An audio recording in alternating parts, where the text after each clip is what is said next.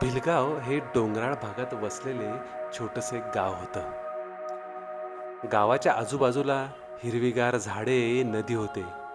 गावातली माणसं शेतकरी होते, साधे जीवन जगत. त्यामुळे गावात खूप शांतता होती. कुठेही गडबड नव्हती. सगळे सुखासमाधानाने राहत होते.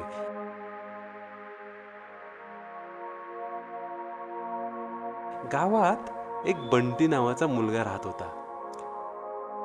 तो नेहमीच नवीन नवीन गोष्टी शिकण्यासाठी उत्सुक असायचा.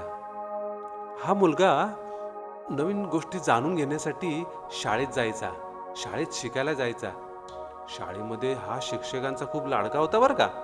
शिक्षकही त्याला नेहमी प्रोत्साहन द्यायचे. बंटी शेतामध्ये त्याच्या आई वडिलांची मदत करायचा. घरी आईला स्वयंपाकातही मदत करायचा. बंटी खूप चांगला मुलगा होता. तो नेहमीच हसतमुख असायचा. गावातील लोक साधे होते, आनंदी होते. गावातील मुलेही आनंदी होती. बंटी मात्र दुःखी होता. त्याला कायम वाटायचे की त्याच्या जवळचा कोणीतरी एक मित्र त्याच्या सोबत असावा, जो त्याच्याबरोबर खेळेल, जो नेहमीच त्याच्या सोबत राहील, त्याच्या सुखदुःखात सहभागी होईल. इतर मुलांना खेळताना बघायचा ना, त्यावेळेस त्याला त्याच्या एकटेपणाची जाणीव व्हायची. बसायचा आणि तो खूप शांत बसायचा. एक दिवस तो नदीच्या काठावरून चालत जात असताना त्याच्या मनात अनेक विचार येत होते.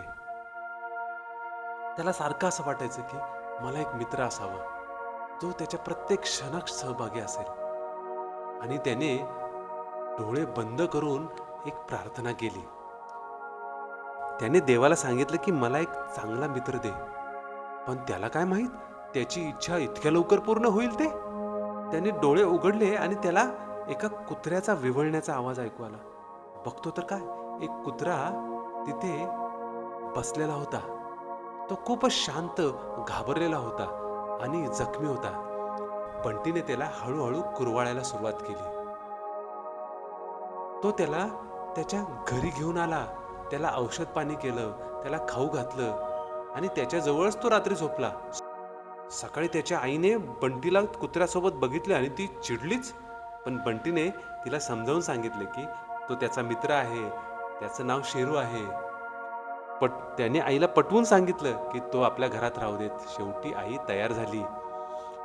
बंटी शेरू बरोबर खूप गप्पा मारायचा, त्याच्याबरोबर खेळायचा, त्याला खाऊ घालायचा. दोघं एकत्र धमाल करायचे. एक दिवस बंटी शाळेतून घरी संध्याकाळी परतत होता. सूर्यही मावळत चालला होता. सूर्यही मावळत चालला होता. आकाशात रंग पसरलेले होते. आणि अचानक एक माणूस काठी घेऊन त्याच्या मागे धावू लागला. बंटीला पैसे मागू लागला. बंटी घाबरला, कारण त्याच्याकडे काहीच पैसे नव्हते. तरी त्याने खिशामध्ये हात घालून बघितलं, पण खरंच त्याच्या खिशात काहीच नव्हते. त्याला कळेना काय करावं. इतक्यात शेरू तिथे आला आणि त्याने त्या माणसाच्या अंगावर उडी टाकली. शेरू जोरजोरात भुंकू लागला. त्याला बघून तो माणूस घाबरला, अचंबित झाला. शेरूने त्या माणसाचा हात पकडला. त्या माणसाने त्याला काठीने मारण्याचा प्रयत्न केला, पण शेरू तिथे दटून राहिला. शेरूने बंटीचे प्राण वाचवले. तो माणूस तिथून जो पळाला की विचारू नका. त्याला समजले की शेरूचा सामना करणे त्याला शक्य नाहीये. गावातील लोक हा गोंधळ ऐकून बाहेर येतात. बघतात तर काय, शेरूने बंटीला वाचवले होते. गावातील लोक त्या चोराचा पाठलाग करतात आणि त्याला पकडतात. शेरूमुळे बंटीचे प्राण वाचले. अख्ख्या गावाला शेरूचा आणि बंटीच्या मैत्रीचा अभिमान आहे. दोघांच्या धाडसाच्या आणि मैत्रीच्या कथा आजही गावातले लोक एकमेकांना सांगत असतात. शेरू आजही गावकऱ्यांचा प्रिय आहे. तर मित्रांनो, तुम्ही या गोष्टीतून काय शिकलात?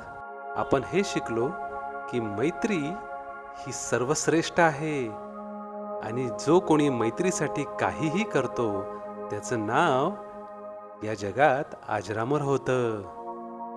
चला तर मित्रांनो, भेटूयात पुढच्या गोष्टीमध्ये. तेव्हापर्यंत गुड नाईट. साईराम.